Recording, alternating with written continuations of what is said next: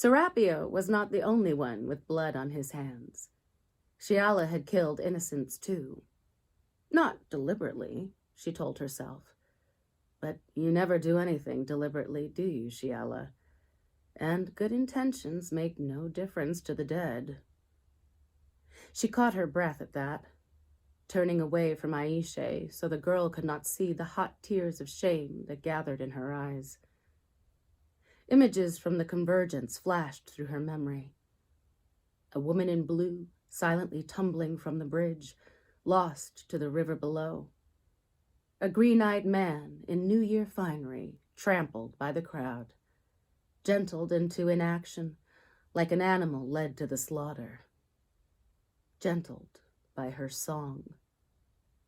If she had not used her magic, that man would still be alive. Of that she had no doubt. And he was not the only one. How many people had she robbed of their lives that night because she used her power so recklessly? Everything you do is reckless. The trip to Tova that ended in the deaths of your crew, giving your heart to a man intent on his own demise, and look where you are now, in the bed of a woman who no longer wants you. Is it really a surprise that you used your song to kill again? Wasn't it only a matter of time? Schiala, I'm fine. She swiped a hand across her eyes.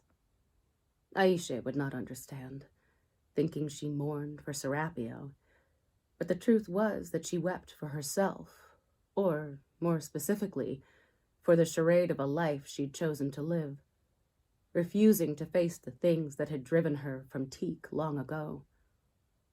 The convergence was proof that she could not outrun her past. So what would she do about it? I don't suppose you have anything to drink? Aisha hesitated.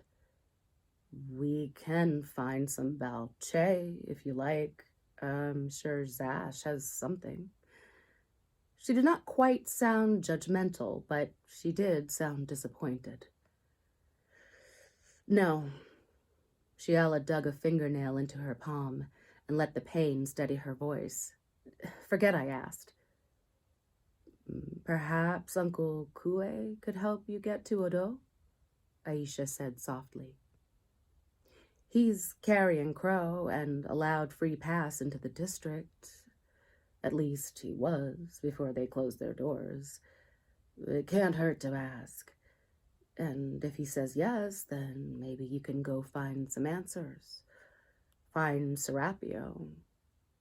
If you think he's safe. He won't hurt me. Schiala said it with conviction. No matter who you think he is or what he did or didn't do, he wouldn't hurt me. I know you believe that, Schiala. But if he is a god, like they say, who knows what he is capable of? And if he's just a man, then he's a man wading in holy blood up to his hips. Then perhaps we belong together, she thought. But she only said, I know.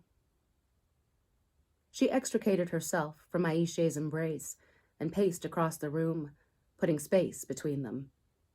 Aisha folded her arms, her expression resigned. I think I know where my uncle is. If all goes well, maybe you can be in Odo before the end of the day. And then I'll no longer be your problem, Schiala thought. And you can be done with me. If only it were so easy for me to be done with myself. But she didn't speak any of those thoughts aloud, only nodded her agreement and reached for borrowed clothes.